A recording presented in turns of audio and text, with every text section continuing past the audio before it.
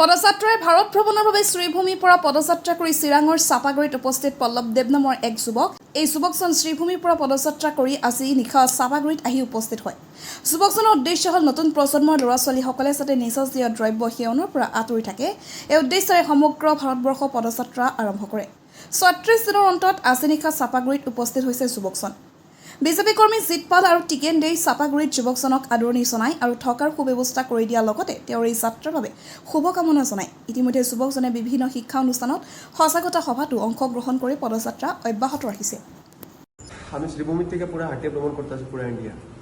দাদা আমার থাকার সুবিধা করিয়া দিছে আর কইছে যে কোনো হেল্প লাগলে করব। ধন্যবাদ দাদা আপনার কতটুকু করিয়া দেওয়ার দাদা বহুত আমার হেল্প করছে। দাদারও ধন্যবাদ, আপনারও ধন্যবাদ।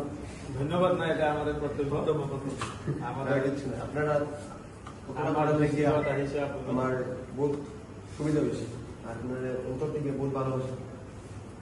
নমস্কার।